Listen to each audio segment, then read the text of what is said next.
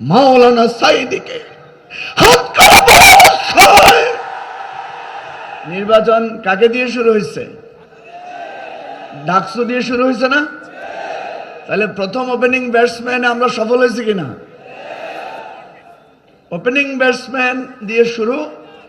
আর top order batsman যখন নামবেন, বল কি মাঠের মধ্যে থাকবে না বাউন্ডারি পার হয়ে যাবে? সবাই বলেন ইনশাআল্লাহ। মঞ্চ আলহামদুলিল্লাহ ডানে বামে সব দিকে সুশোভিত। শীর্ষস্থানীয় আলেমরা আছেন, শিক্ষকরা আছেন, ডাক্তাররা আছেন, নেতারা আছেন, আমাদের জাতীয় এবং স্থানীয় সাংবাদিকরা আছেন এবং ফেনীর সর্বস্তরের মানুষ আছেন।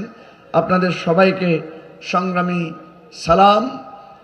এবং আজকের যে আমাদের নির্বাচনের লড়াই, সেই লড়াইতে সহযোদ্ধা হিসাবে পেয়ে আমরা আনন্দিত। সবাইকে আবারও আমার দল এবি পার্টি, ঈগল মার্কা, আমাদের 11 দলীয় ঐক্য এবং দাড়িপাল্লা সকলের পক্ষ থেকে সংগ্রামী অভিবাদন।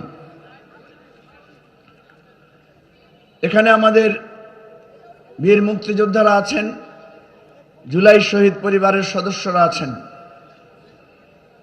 আমরা আজকে আপনাদের কাছে কৃতজ্ঞ। আপনারা আমাদেরকে একটা লাল সবুজের পতাকা দিয়েছেন। লাল সবুজের পতাকার মধ্যে একটা স্বপ্ন ছিল। সেই স্বপ্নটাকে 3টা বাক্যে সহজে বলা যায়: সাম্য, মানবিক মর্যাদা এবং সামাজিক সুবিচার। সবুজ যেমন বর্ধিত সবুজ প্রান্তর বাংলাদেশ, যার বুকে লাল একটা সূর্য, যেই লাল সূর্যের মধ্যে রক্ত, লাল সূর্যের মধ্যে অধিকার, লাল সূর্যের মধ্যে প্রতিবাদ, লাল সূর্যের মধ্যে স্বপ্ন, লাল সূর্যের মধ্য দিয়ে আমাদের সাম্য এবং ইনসাফের বাংলাদেশ। কিন্তু বারবার আমাদের অধিকার হরণ করা হয়েছে, বারবার আমাদের স্বপ্ন ভঙ্গ করা হয়েছে। 16টা বছর আমরা কথা বলতে পারি নাই। 16টা বছর নির্বাচন কি জিনিস, দাড়িপাল্লা কি জিনিস, ধানের শীষ কি জিনিস, ঈগল মার্কা কি জিনিস, কোন মার্কার স্লোগান কি আমরা দিতে পেরেছি?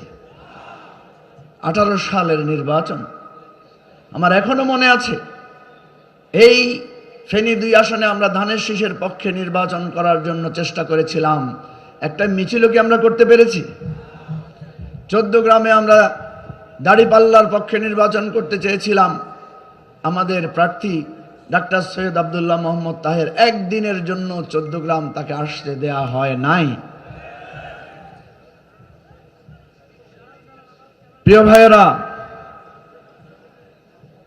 16টা বছর কারাগারে বন্দী সন্তানের অপেক্ষায় থাকতে থাকতে আমার দুঃখিনী মা চোখের জলে সাগর ভাসিয়েছেন, কাঁদতে কাঁদতে মৃত্যুর কোলে ঢলে পড়েছেন।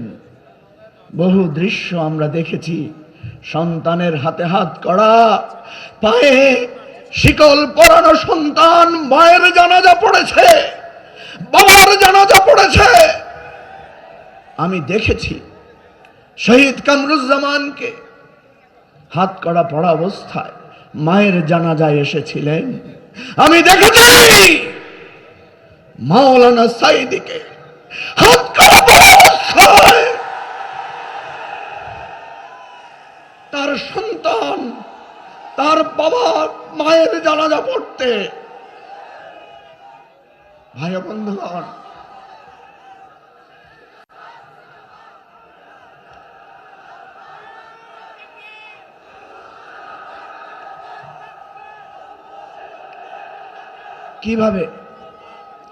কিভাবে নৃশংসভাবে আবরার ফাহাদকে হত্যা করা হয়েছে, কিভাবে বিশ্বজিৎ একটা নিরীহ একজন দর্জির দোকানে চাকরি করত, অল্প টাকায় সংসার চালাতো, মায়ের জন্য ওষুধ কিনত, বাবার জন্য একটা লুঙ্গি কিনে নিয়ে যেত।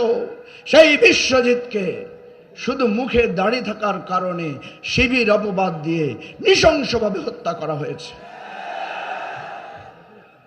সেই ইতিহাস কি আমরা ভুলে গেছি? আমরা কিন্তু বারবার সতর্ক করেছিলাম, আমরা বলেছিলাম যদি এরকম করেন একদিন আপনাদের অবস্থাও এরকম হবে। মুসা আলাইহিস সালাম সতর্ক করেছিলেন কাকে? ফেরাউনকে। ইব্রাহিম আলাইহিস সালাম সতর্ক করেছিলেন নমরুদকে।